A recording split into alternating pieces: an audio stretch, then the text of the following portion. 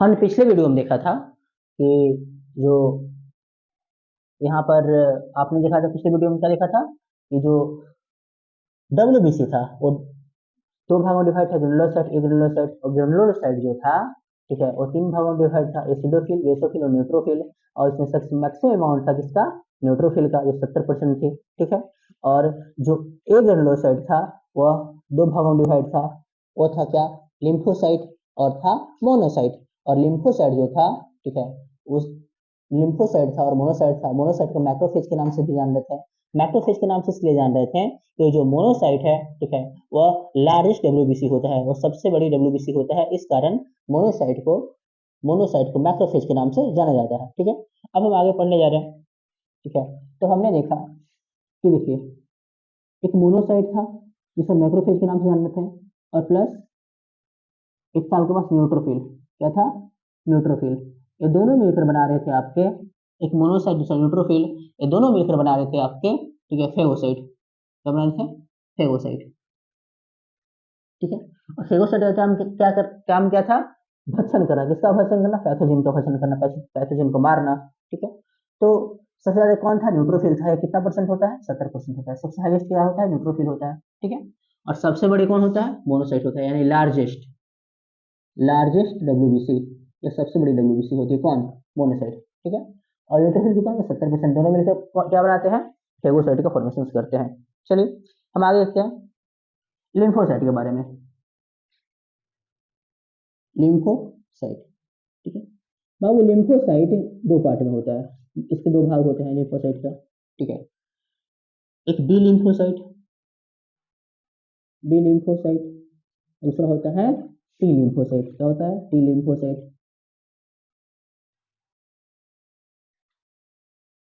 एक बात और ध्यान देने वाली बात है बाबू, ठीक है, जो न्यूट्रोफिल है, न्यूट्रोफिल है, इसको हम पुलिस मैन ऑफ ब्लड के नाम से जानते हैं। इसको हम पुलिस मैन ऑफ ब्लड के नाम से जानते हैं, यानी ब्लड के पुलिस मैन है, ठीक है। कहीं कहीं डब्ल्यूबीसी भी दे देता है, डब्ल्यूबीसी का ही पार्ट है न्यूट्रोफिल। डब्ल्यूबीसी पूरे का सही बात है, डब्ल्यूबीसी नहीं बोलता है तो उसमें स्पेशल होता है क्या? न्यूट्रोफिल। तो न्यूट्रोफिल को हम पुलिस मैन ऑफ ब्लड के नाम से भी जानते हैं, ठीक है।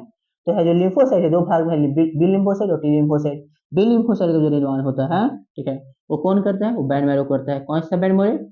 Mature bone marrow. मैच्योर जो बोन मैरो होता है, बोन मैरो का मतलब है अस्थि मज्जा। क्या मतलब है? अस्थि मज्जा। जो अस्थि मज्जा होती है, ठीक है, वो क्या करती है? बी लिम्फोसाइट का निर्माण करती है। टी लिम्फोसाइट का निर्माण कौन करता है? तो थाइमस ग्लैंड। जो थाइमस ग्लैंड होता है बाबू, जो थाइमस ग्लैंड होता है, वो क्या करता है? टी लिम्फोसाइट का निर्माण करता है, ठीक है। बी लिम्फोसाइट का काम क्या है बाबू? फंक्शन क्या है? इसका जो फंक्शन है, इसका काम जो है, इसका जो काम है, वो काम है क्या? To build, to build antibody. इसका काम है एंटीबॉडी का निर्माण करना, ठीक है। इसका काम क्या है? एंटीबॉडी का निर्माण करना। ध्यान से इसे नोट करेंगे, इसका काम है एंटीबॉडी का निर्माण करना। अब बताइए एंटीबॉडी क्या होता है? एंटीबॉडी में आपको बताया गया था कि एंटीबॉडी क्या होता है, ठीक है। तो जो ब्लड प्लाज्मा होते हैं, ब्लड में जो प्लाज्मा होती है, जो लिक्विड स्टेट होता है ब्लड का, ठीक है, उसमें एक प्रोटीन का स्ट्रक्चर पाया जाता है। उसके अंदर क्या पाया जाता है? एक प्रोटीन का स्ट्रक्चर पाया जाता है, जिसको हम क्या बोलते हैं? एंटीबॉडी कहते हैं। क्या बोलते हैं? एंटीबॉडी बोलते हैं। जबकि यदि आरबीसी के ऊपर जो प्रोटीन की संरचना होती है उसको हम एंटीजन बोलते हैं। तो एंटीजन भी दो प्रकार के होते हैं, एंटीजन ए और एंटीजन बी। उसी तरह एंटीबॉडी भी दो प्रकार की होती है, एंटीबॉडी ए और एंटीबॉडी बी, ठीक है। और एंटीजन और एंटीबॉडी दोनों अलग अलग होते हैं। अगर शरीर में एंटीजन ए है तो एंटीबॉडी बी है, अगर शरीर में एंटीबॉडी बी है तो एंटीजन ए होगा। ये बातें पहले बताई बताई जा चुकी है, ठीक है। इसका काम क्या है? टू बिल्ड एंटीबॉडी, ठीक है। और एंटीबॉडी क्या करता है? उसको मारता है। किसको मारता है? पैथोजेंस को मारता है, रोग जनक को मारता है, ठीक है।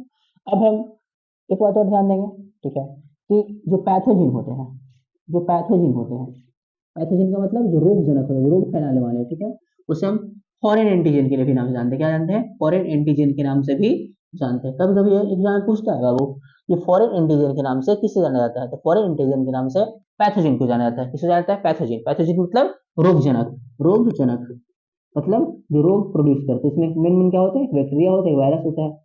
बैक्टीरिया, फिर हो गया वायरस हो गया, फिर फंगाई हो गया, बहुत सारी चीज होते हैं, ठीक है, प्रोटोजोआ हो गया, ठीक है।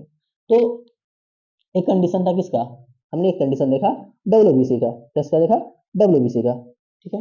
हम आगे बढ़ते हैं, WBC यहाँ पे खत्म होती है, ठीक है।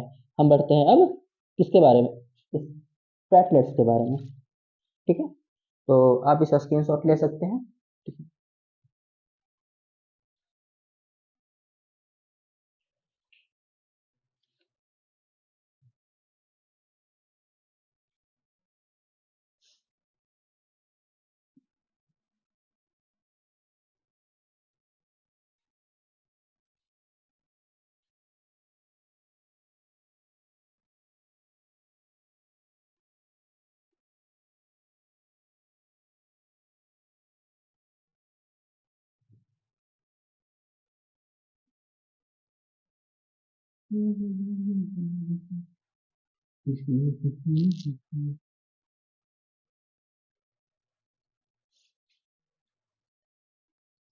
आगे हम देखते हैं प्लेटलेट्स के बारे में।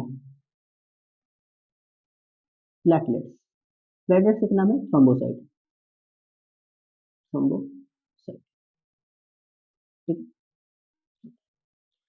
जो प्लेटलेट्स का मेन फैक्टर, मेन जो इसका यूज है, ठीक है, वो है क्या, ब्लड क्लॉटिंग को रोकने में, ब्लड क्लॉटिंग करने में, सॉरी, रक्त स्कंदन करने में, ठीक है। हमारे आपका स्किन है, ठीक है, अगर कहीं कट गया तो आप देखते हैं कुछ देर बाद क्या होता है, इसके ऊपर ब्लड जो खून है वो जम जाता है, या ये कौन करता है, प्लेटलेट्स करते हैं। लगभग 2 या 5 मिनट में, 2 से 5 मिनट में क्या होता है, वो ब्लड जम जाता है। तो यह जो काम है किसका है, यह काम है प्लेटलेट्स का, थ्रोम्बोसाइट का, ठीक है। तो इसका मेन काम क्या है, इसका काम है coagulation of blood, coagulation of blood, मतलब रक्त का स्कंदन करना, स्कंदन मतलब जमाना, ठीक है। अब हम बात करते हैं कि ये जो ब्लड क्लॉटिंग्स होते हैं, जो कोगुलेशंस ऑफ ब्लड होते हैं, ठीक है, जो कोगुलेशंस ऑफ ब्लड होते हैं, ठीक है, उसके लिए कौन कौन रिस्पॉन्सिबल होता है, उसके लिए कौन कौन से जिम्मेदार होते हैं। यदि हम कोगुलेशन ऑफ ब्लड के लिए कौन कौन से जिम्मेदार हैं, तो इसके जो सब फर्स्ट जो है वो सबसे पहले है, आपको मिल जाएंगे यहाँ पे कोगुलेशन ऑफ ब्लड के फैक्टर देख लेते हैं। रक्त जमाने में कौन कौन काम करता है, तो सबसे पहले आपको मिल जाएंगे प्लेटलेट्स। कौन है, प्लेटलेट्स, प्लेटलेट्स। उसके बाद मिल जाएंगे आपको विटामिन के, विटामिन के, विटामिन के की कमी अगर शरीर में हो जाती है तो खून अगर कट जाएगा तो आपका ब्लड बहते रहता है और जमता नहीं है, विटामिन के। उसके बाद कैल्शियम भी इंपॉर्टेंट रोल निभाता है ब्लड को फ्लोट करने में, ब्लड को जमाने में। उसके बाद दो प्रोटीन है बाबू, दो प्रोटीन है, ठीक है। एक प्रोटीन नाम है fibrinogen, fibrinogen protein, fibrinogen protein,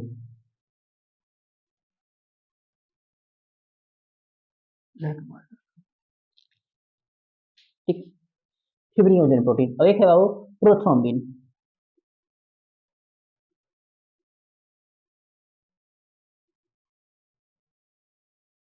ठीक है। तो यह जो फैक्टर्स हैं, ठीक है, जो फैक्टर्स हैं, ठीक है, तो प्लेटलेट्स हो गया, विटामिन के हो गया, कैल्शियम हो गया, फिब्रिनोजन, प्रोथ्रोम्बिन, ये जो प्रोटीन है ये क्या करते हैं, कोगुलेशन ऑफ ब्लड करते हैं, यानी ब्लड के जमाने में काम करते हैं। इसमें एक सबसे इंपॉर्टेंट फैक्टर होता है बाबू, बीसीएफ फैक्टर, ठीक है, ब्लड क्लोटिंग फैक्टर, हिंदियों का रक्त स्कंदन कारक। यह कहां से कहां तक होता है, 1 से लेके 12 तक, 1 to 12, 1 to 12, ठीक है, 1 to 12।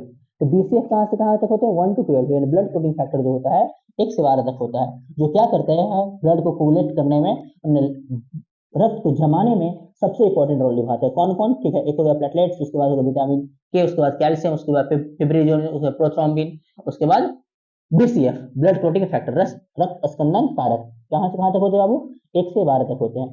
अब बात होती है, देखिए, बीसीएफ में एक होता है BCF8, ठीक है, BCF8 blood clotting factor 8, blood clotting factor 1 से 12 है ना, इसमें एक होता है क्या, 8वां होता है, ठीक है।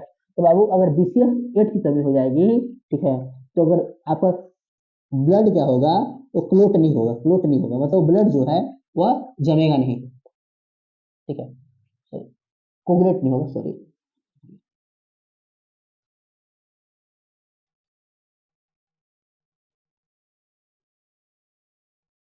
कोगुलेट नहीं होगा, ब्लड जमेगा नहीं, ठीक है। अगर ब्लड नहीं जमेगा तो जाहिर सी बात है ब्लड क्या होगा, फ्लो होते रहेगा, ब्लड क्या होगा, फ्लो होते रहेगा, ब्लड फ्लो होते रहेगा, ठीक है, खून बहता रहेगा। किसी कारण आपको चोट लग गया, अगर आपके शरीर BCF8 की कमी हो गई, BCF8 की कमी हो गई, तो ब्लड कोगुलेट नहीं कर पाएगा, ब्लड जम नहीं पाएगा। जब ब्लड नहीं जम पाएगा तो ब्लड फ्लो होते रहेगा, जब फ्लो हो, ब्लड फ्लो होगा तो जाहिर सी बात है कि ब्लड क्या हो जाएगी, ब्लड की कमी हो जाएगी, ब्लड की क्या हो जाएगी, कमी हो जाएगी। तो इस जब ब्लड की कमी होता है तो हमने पढ़ाया है इस बीमारी को हम क्या बोलते हैं, एनीमिया बोलते हैं। क्या बोलते हैं, एनीमिया बोलते हैं, ठीक है।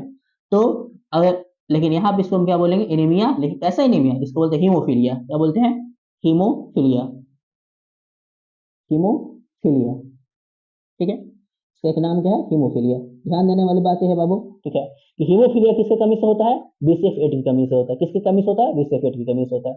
अब आते हैं बीसीएफ8 का जो निर्माण कौन करता है, बीसीएफ जो 8 है इसका निर्माण कौन करता है, इसका निर्माण करता है लीवर। इसका निर्माण कौन करता है, लीवर। इसका निर्माण कौन करता है, लीवर, ठीक है। बीसीएफ8 का निर्माण कौन करता है, लीवर, ठीक है। तो ये था आपको प्लेटलेट्स के बारे में कुछ इंपॉर्टेंट फैक्ट्स, ठीक है। तो आप इसका स्क्रीनशॉट ले सकते हैं, ठीक है। उसके बाद हम लोग प्लाज्मा के बारे में पढ़ते हैं।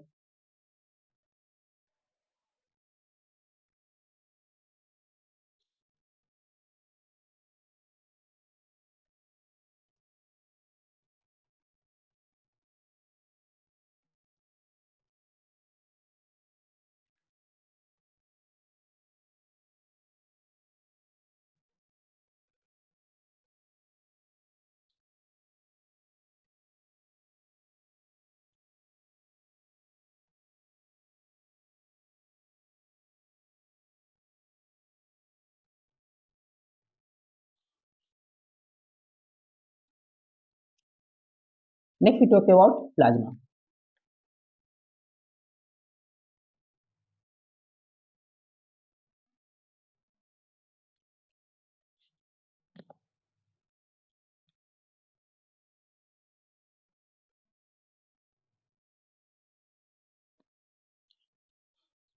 प्लाज्मा क्या होता है बाबू, तो प्लाज्मा क्या होता है, ब्लड का लिक्विड पार्ट होता है। क्या होता है, ब्लड का liquid part. Is the liquid part of the blood, it is the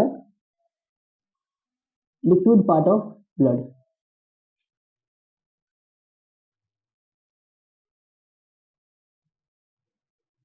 is the liquid part of blood, ठीक है। ये रक्त का द्रव पार्ट है, द्रव भाग बताया गया था पहले वीडियो में ही बताया गया था, ठीक है। अब इसका जो अमाउंट होता है, ठीक है, बताया गया था कितना होता है, 55% होता है। और 45% आपको बताया गया था कि पार्टिकल्स होते हैं जिसमें आरबीसी, डब्ल्यूबीसी, प्लेटलेट्स आते हैं। जो कि 55% क्या होता है, प्लाज्मा होता है। कौन क्या होता है, प्लाज्मा होता है, ठीक है। अब जो 55% प्लाज्मा होता है इसमें कुछ कुछ कोई कोई कुछ कुछ कंपोनेंट पाए जाते हैं। कौन कौन से कंपोनेंट है उसके बारे में हम लोग देखते हैं, ठीक है। तो इसमें जो कंपोनेंट पाया जाता है, ठीक है, तो इसमें सबसे अधिक क्या पाया जाता है, तो सबसे अधिक पाया जाता है 92% वाटर। प्लाज्मा में सबसे अधिक क्या पाया जाता है, वाटर पाया जाता है, ठीक है। यानी पानी सबसे अधिक, जल सबसे अधिक पाया जाता है, कैसे में, प्लाज्मा में 55% पाया जाता है, ठीक है।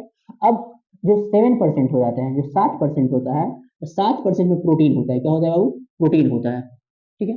7% प्रोटीन होता है, ठीक है। हम देखते हैं कौन कौन से प्रोटीन होते हैं, ठीक है। तो इसमें जो सबसे पहला प्रोटीन है, इसमें 4 प्रकार के प्रोटीन पाए जाते हैं। एक पहला प्रोटीन जो है उसका नाम है albumin, albumin protein, albumin protein, ठीक है। दूसरा जो है वो है, दूसरा जो है वो है ग्लोबुलिन प्रोटीन, ग्लोब्यूलिन प्रोटीन, ठीक है। तीसरा जो है उसका नाम है फिब्रिनोजन, फिब्रिनोजन प्रोटीन, ठीक है। और चौथा जो है प्रोथ्रोम्बिन, प्रोथ्रोम्बिन प्रोटीन। इसमें जो एल्बुमिन प्रोटीन है ये सबसे मैक्सिमम होता है, सबसे हाईएस्ट अमाउंट में होता है। क्या चीज, ये चारों प्रोटीन जो है, ये चार प्रोटीन जो 7% में चारों प्रोटीन है, एल्बुमिन, ग्लोबुलिन, फिब्रिनोजन और प्रोथ्रोम्बिन, ठीक है। एल्बुमिन, ग्लोबुलिन और फिब्रिनोजन और प्रोथ्रोम्बिन प्रोटीन, ये चारों प्रोटीन है। इसमें सबसे जो हाईएस्ट क्या होते हैं, एल्बुमिन होते हैं। सबसे हाईएस्ट कौन होते हैं, एल्बुमिन, उच्चतम, हिंदी में होते हैं उच्चतम मात्रा में होते हैं, कौन, एल्बुमिन, ठीक है, सबसे हाईएस्ट होता है। और जब 1% बच गया, यहाँ 92 और 7 99, और जो 1% बच गया इसमें क्या होता है, कार्बोहाइड्रेट होते हैं, कार्बोहाइड्रेट, कार्बोहाइड्रेट, ठीक है, ग्लूकोज, ग्लूकोज, ठीक है। एंड सम मिनरल्स, कुछ मिनरल्स भी होते हैं, सब मिनरल्स से होते कहते हैं 1% में, ठीक है। तो यह आपने देखा कि यह इसका कंपोनेंट कंट्रीब्यूशन था। इसमें 92% वाटर था, 7% में albumin protein, globulin protein, fibrinogen और प्रोथ्रोम्बिन था, ठीक है। तो यहाँ पे आप देख सकते हैं कि इसका एक्सटर्नल मतलब इसका पूरा कंपोनेंट हो गया, ठीक है। हम आगे की ओर बढ़ते हैं, ठीक है। इसे बताएगा कि सबसे अधिक क्या पाए जाते हैं, एल्बुमिन प्रोटीन पाए जाते हैं, ठीक है। और सबसे अधिक क्या पाए जाते हैं, एल्बुमिन प्रोटीन पाए जाते हैं, ठीक है। और इसमें सबसे इंपॉर्टेंट फैक्टर जो इंपॉर्टेंट रोल निभाता है कौन निभाता है, ग्लोबुलिन प्रोटीन निभाता है। कौन निभाता है, ग्लोबुलिन प्रोटीन, ठीक है। हम आगे पढ़ लेते हैं function of globulin protein.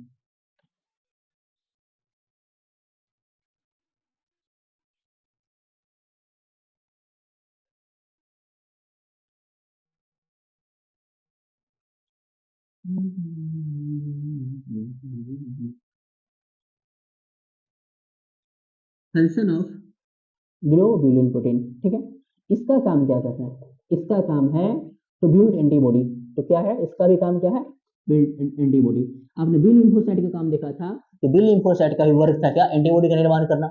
B lymphocyte का भी काम था एंटीबॉडी का निर्माण करना, लेकिन जो हमारे ग्लोबुलिन प्रोटीन है इसका भी काम क्या है, एंटीबॉडी का निर्माण करना। क्या करना, एंटीबॉडी का निर्माण करना। और क्या करना, एंटीबॉडी का निर्माण करके एंटीजन को मारना, जो फॉरेन एंटीजन आ रहे हैं, जो पैथोजेंस आ रहे थे उनको किल्ड करना, उनको मारना, ठीक है। और शरीर को इम्यूनिटी प्रदान करना, शरीर को सुरक्षा प्रदान करना, इसका मेन काम था, ठीक है। तो यहाँ पे आपने देखा, ठीक है, कि इसका मेन काम क्या है, to form antibody. Antibody Hindi क्या होगा, एंटी बॉडी, एंटीबॉडी का निर्माण करना, एंटीबॉडी का निर्माण करना किसका काम है, ग्लोबुलिन प्रोटीन का काम है, ठीक है। और एक और किसका काम था, एक और किसका काम था, एक काम निर्माण करना, बी लिम्फोसाइट। बी लिम्फोसाइट, ये दोनों मिलकर क्या कर रहे थे, एंटीबॉडी का निर्माण कर रहे थे। ये भी कर रहा है और बी लिम्फोसाइट भी कर रहा है, ठीक है। तो बाबू जाहिर सी बात है कि जब एंटीबॉडी बनेगा तो शरीर में सुरक्षा प्रणाली बढ़ेगी, रक्षा प्रणाली बढ़ेगी, बीमारी से हमारी रक्षा होगी, हम स्वस्थ रहेंगे, ठीक है। तो बीमारी से रक्षा हो रही है यानी हम इम्यूनिटी बढ़ा रहा है, क्या बढ़ा रहा है, इम्यूनिटी बढ़ा रहा है। इस कारण जो ग्लोबुलिन प्रोटीन है बाबू, जो ग्लोबुलिन प्रोटीन है इसका नाम पड़ गया इम्यूनोग्लोबुलिन प्रोटीन। क्या, इम्यूनोग्लोबुलिन प्रोटीन, इम्यूनोग्लोबुलिन प्रोटीन।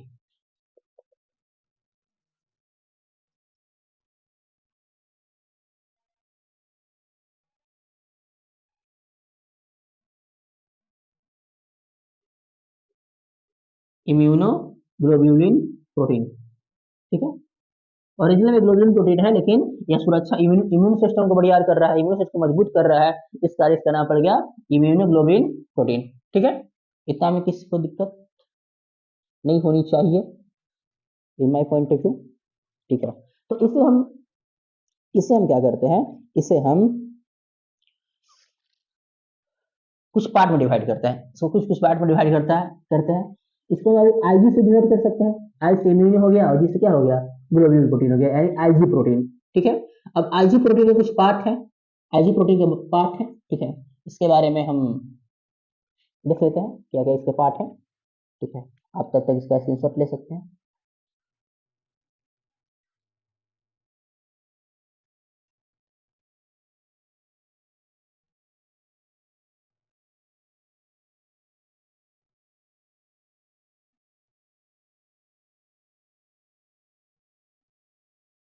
चलिए,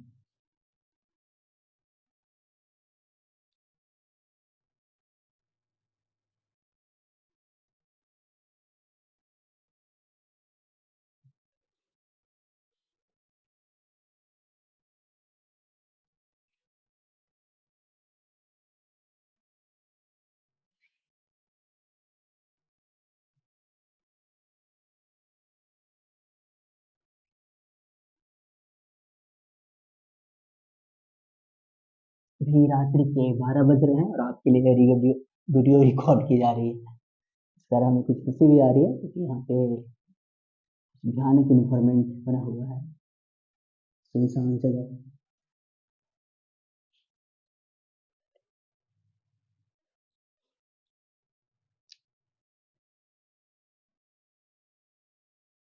ठीक है।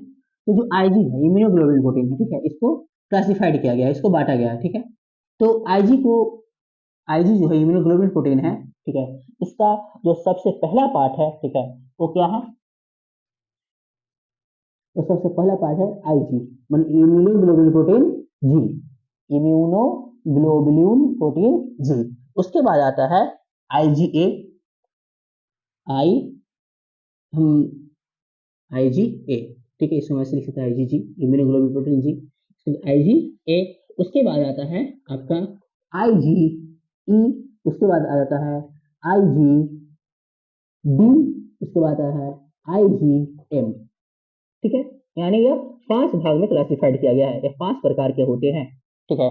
IgG, IgA, IgE, IgD और IgM, ठीक है। इसमें कुछ कुछ कुछ इंपॉर्टेंट रोल निभाते हैं, जैसे IgG का बात करते हैं। जो इम्यूनोग्लोबुलिन प्रोटीन जो IgG है, इसका मेन काम क्या है? इसका मेन काम है, ठीक है, इसका मेन काम क्या है? प्लेसेंटा, प्लेसेंटा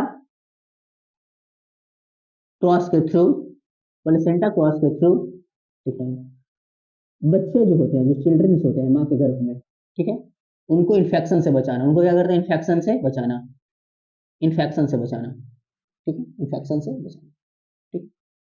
इसको हिंदी में इसको अपरा बोलते हैं, अपरा, ठीक है। अपरा में जो बच्चे होते हैं, जैसे माँ का जो गर्भ होता है, तो माँ के गर्भ में क्या होता है, ठीक है, कि जो बच्चे होते हैं, तो एक प्लेसेंटा ग्रोस चार्ट में थैली बना के रखती है, अपरा थैली होता है, जो क्या करते हैं, माँ के ब्लड को और बच्चे के ब्लड को दोनों को एक दूसरे से अलग रखते हैं, माँ के ब्लड को और बच्चे के ब्लड को दूसरे से अलग करते हैं। अगर माँ में कोई बीमारी है, ठीक है, तो ऐसा भी हो सकता है कि वो बच्चे में ट्रांसमिट कर जाए ब्लड के थ्रू, ठीक है। तो प्लेंटाइक्रोस क्या करते हैं? अवरोधक का काम करते हैं, अवरोध उत्पन्न करते हैं, किसके बीच? माँ के ब्लड के बीच और बच्चे के ब्लड के बीच, ठीक है। तो यहाँ पर जो आप IgG प्रोटीन के तो देख रहे हैं, तो IgG प्रोटीन क्या करता है? ये हेल्प करता है कैसे करने में? इन्फेक्शन अवरोधक के थ्रू, मैंने प्लेसेंटा क्रॉस के थ्रू, प्लेसेंटा क्रॉस के थ्रू क्या करता है कि अवरोधक उत्पन्न, जो अवरोधक उत्पन्न हो रहा है प्लेसेंटा क्रॉस के थ्रू, उस इन्फेक्शन से बचाता है, ठीक है। यानी माँ के इन्फेक्शन को क्या करता है? बच्चों के इन्फेक्शन में इमिट नहीं होने देता है, मैंने जो बीमारी है वो ट्रांसमिट नहीं हो पाती है। कौन? यह किसका काम है? IgG का काम है, किसका काम है? IgG का काम है, ठीक है। एक यहाँ पे आप देख रहे हैं बाबू IgE के बारे में, किसके बारे में है? IgE के बारे में। इसका काम क्या है? ठीक है, इसका काम है to prevent from allergy, to prevent from allergy, ठीक है। मतलब क्या है? ठीक है, मतलब क्या है? ठीक है, जब एलर्जी हो जाता है किसी चीज को, एलर्जी जैसे किसी को प्याज से एलर्जी, किसी को धूप से एलर्जी है, कोई कोई इंसान होते हैं धूप में ज्यादा होते हैं, उनको लोग उसके शरीर का जो पार्ट है फूल फूल जाते हैं, ठीक है। किसी को पानी से एलर्जी है, मतलब किसी को मिर्ची से एलर्जी है, ठीक है, किसी को कुछ स्पेशल गंध से एलर्जी है। तो डिफरेंट लोगों को डिफरेंट डिफरेंट प्रकार की एलर्जी होती है, किसी को धूप से एलर्जी होती है। तो एलर्जी में जो प्रोटेक्शन देता है, ठीक है, कौन देता है? इम्यूनोग्लोबुलिन प्रोटीन जो ई है, वो क्या करता है? वह एलर्जी से बचाता है, किसको? ह्यूमंस को, जो जिसके शरीर में है वही तो बचाएगा, ठीक है। अब इसमें एक बाबू है आपका IgA, ठीक है, यह भी बहुत इंपॉर्टेंट है, IgA, ठीक है। IgA क्या होता है? ठीक है, यह माँ के दूध में होता है, जब जब बच्चे का जन्म होता है, ठीक है, तो माँ का दूध 1 से 2 दिन क्या होता है? पिल्ला होता है, ठीक है। माँ का दूध जो होता है 1 से 2 दिन पिल्ला होता है, ठीक है। तो जो पिल्ला होता है, ठीक है, जो दूध पिल्ला होता है, ठीक है, उसको जो कोलेस्ट्रॉम बोलते हैं, जो कोलेस्ट्रॉम जो दूध है, जो कोलेस्ट्रॉम दूध है, ठीक है, जो पीला रंग का होता है, उसमें क्या होता है? IgA होता है, जो IgA होता है, जो बच्चों को क्या करती है? एनर्जी प्रदान करती है, और उसको क्या करती है?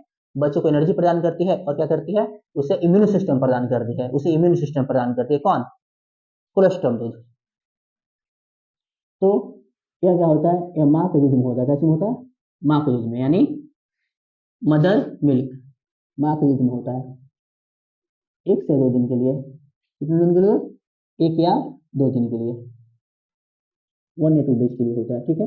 और इसका रंग कैसा होता है? माँ के दूध का रंग तो दिन पीला होता है, इसको हम कोलेस्ट्रॉम बोलते हैं, कोलेस्ट्रॉम, कोलेस्ट्रॉम, ठीक है। तो माँ का दूध पीला होता है, इस पीले दूध को क्या बोलते हैं? कोलेस्ट्रॉम बोला जाता है, ठीक है। और उसमें क्या होता है? इम्यूनोग्लोबुलिन प्रोटीन होता है, इम्यूनोग्लोबुलिन प्रोटीन होता है, जो क्या करती है? बच्चे को एनर्जी प्रदान करती है, बच्चे को मतलब इन्फेक्शन से बचाती है। इस कारण कहा जाता है कि माँ के दूध को जब बच्चा जन्म होता है तो माँ का दूध को स्तनपान जरूर करवाना चाहिए, ठीक है। तो यह था IgG के बारे में, यानी प्लाज्मा में जो प्रोटीन्स है उसके बारे में, ठीक है। और आपको हम पहले ही बता चुके हैं कि जो प्रोथ्रिम्बिन है और फिब्रिनोजन है वो क्या करता है, ब्लड को जमाने में हेल्प करता है, ब्लड को जमाने में मदद करती है, ठीक है।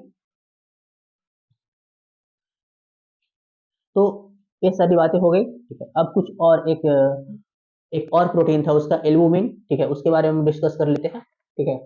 तो यहाँ पे इम्यूनोग्लोबुलिन प्रोटीन हो गया, और हमने फिब्रिनोजन के बारे में जानते ही हैं, तो थ्रोम्बिन के बारे में जानते ही हैं, ठीक है। और एक लास्ट बचा हुआ है एल्बुमिन प्रोटीन।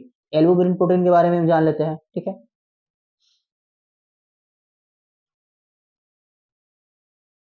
चलिए,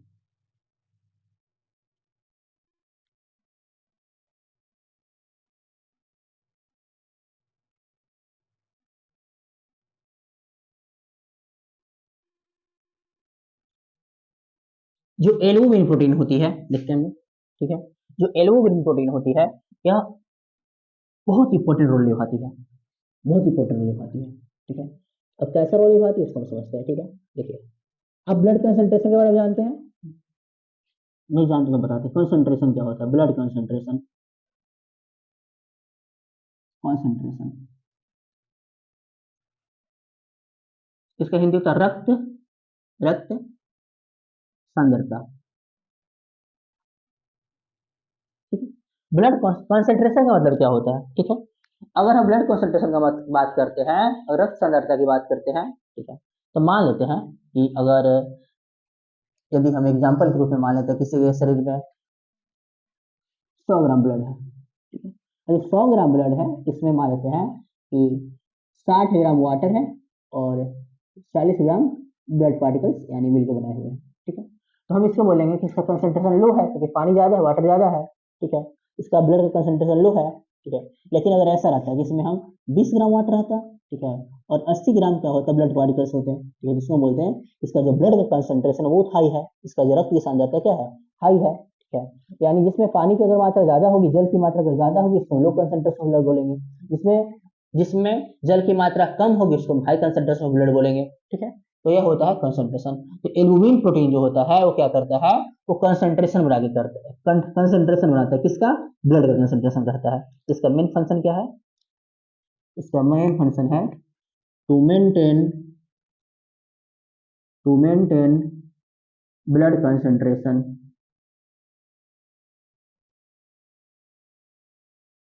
इसका हिंदी होगा, यह रक्त सांद्रता को बनाए रखता है, यह रक्त सांद्रता को मेंटेन करता है, मेंटेन बैलेंस करना, मेंटेन करता है, ठीक है। अगर रक्त की सांद्रता अगर घट जाएगी, अगर रक्त सॉरी यदि रक्त की सांद्रता अगर हाँ घट जाएगी, यानी यदि यदि रक्त में पानी की मात्रा अधिक बढ़ जाएगी, ठीक है, ये ब्लड है, ठीक है, और ब्लड में यदि वाटर की मात्रा बढ़ जाएगी, वाटर की मात्रा बढ़ जाएगी, ठीक है, वाटर की मात्रा को बढ़ जाएगी, ठीक है, तो शरीर जो है, ठीक है, मान लेते हैं कि किसी का शरीर पेट ऐसे है, ठीक है, तो इसका बॉडी क्या होगा, फूल जाएगा, उसका बॉडी क्या होगा, फूल जाएगा, ये शरीर उसका पेट फूल गया, ठीक है। तो जो बॉडी फूल जाता है, अच्छा यहाँ पे वो छूट गया, ठीक है। तो ब्लड में अगर वाटर की मात्रा अधिक होगी, वाटर की मात्रा अधिक होगी, शरीर क्या होगा, फूल जाएगा, यानी यहाँ पे क्या होगा, यहाँ कंसंट्रेशन बढ़ गया, हो गया लो कंसंट्रेशन, हो गया क्या, हो गया लो कंसंट्रेशन, हो गया किसका, ब्लड का, ठीक है, सॉरी वाटर का नहीं होगा बाबू, ब्लड का, ब्लड का लो कंसंट्रेशन हो गया। तो जो ब्लड का लो कंसंट्रेशन होगा तो शरीर क्या हो जाएगा, फूल जाएगा, और इस बीमारी को हम क्या बोलते हैं, इडेमा बीमारी बोलते हैं, क्या, इडेमा, इडेमा, ठीक है। यहाँ पे ओ साइलेंट है बाबू, ठीक है, इसे हम प्रोनाउंसिएट करेंगे इडेमा, ठीक है। अगर हिंदी में लिखे तो कुछ ऐसा लिखेंगे, ई डे मा, इडेमा, ठीक है, इडेमा डिजीज। तो इडेमा डिजीज में क्या होता है, ठीक है, बॉडी फूल जाता है, क्या होता है, बॉडी फूल जाता है, ठीक है। तो यह प्रोटीन क्या करता है, यह प्रोटीन का काम क्या है, to maintain the blood concentration, रक्त की सांद्रता को बनाए रखने की जरूरत है। तो आप समझ सकते हैं, तो शरीर में एल्बुमिन प्रोटीन की कमी होगी, ठीक है, तो आपका बॉडी फूल जाएगा, अगर बॉडी क्या होगा, फूल जाएगा, क्योंकि वाटर की मात्रा बढ़ जाएगी और ब्लड की मात्रा घट जाएगी, ब्लड का कंसंट्रेशन घट जाएगा, जैसे ब्लड का कंसंट्रेशन घटेगा तो आपका बॉडी फूल जाएगा, स्वेलिंग करने लगेगा बॉडी, जैसे समझ लीजिए मेरा बॉडी में इडेमा हो गया, हम मोटा हो गए हैं, तो ऐसा कुछ नहीं होता है, खा पी के मोटा गए हैं तो नहीं। तो यहाँ पे आप देख रहे हैं कि इस बीमारी डिजीज क्या कही जा रही है, इडेमा के नाम से जानी जाती है। इस तरीका से यहाँ पर ब्लड चैप्टर की समाप्ति होती है, ठीक है। तो देखिए, यहाँ तक जितने भी टर्म्स पढ़ाए गए हैं, जितने वीडियो में टर्म्स पढ़ाए गए हैं, अब बहुत सारे टर्म्स हमने छोड़ दिया है, ठीक है, जैसे लाइक अगर हम बात करें तो इंटरमीडिएट का टर्म्स बहुत सारे आईएससी क्लासेस में होता है, बायोलॉजी का टर्म उस टर्म को छोड़ दिया गया है, ठीक है। यह जो चैप्टर्स बनाए गए हैं यह सिर्फ और सिर्फ एग्जामिनेशन से क्वेश्चन बनाया गया है, इसमें कोई भी चीज एक्स्ट्रा नहीं पढ़ाया गया है, बस एक वही बनाया गया है जो एग्जाम से पूछते हैं, ठीक है। वो पीसीएस स्टेट पीसीएस का एग्जाम हो या यूपीएससी का एग्जाम हो या बिहार पुलिस दरोगा या रेलवे कोई भी कम्पिटेटिव एग्जाम हो, बस इतना ही। अगर आप इतना से पढ़ के जाते हैं तो मैक्सिमम बेकार क्वेश्चन तो फंसाने के लिए कहीं दे भी सकता है, तो बात अलग है, लेकिन आप 95% क्वेश्चन ब्लड से सोल्व कर सकते हैं, ठीक है। तो इस तो यह इस तरह से चैप्टर समाप्त हो गया at last. Thank you for saying looking watching this video, ठीक है। And please subscribe my channel and like this video.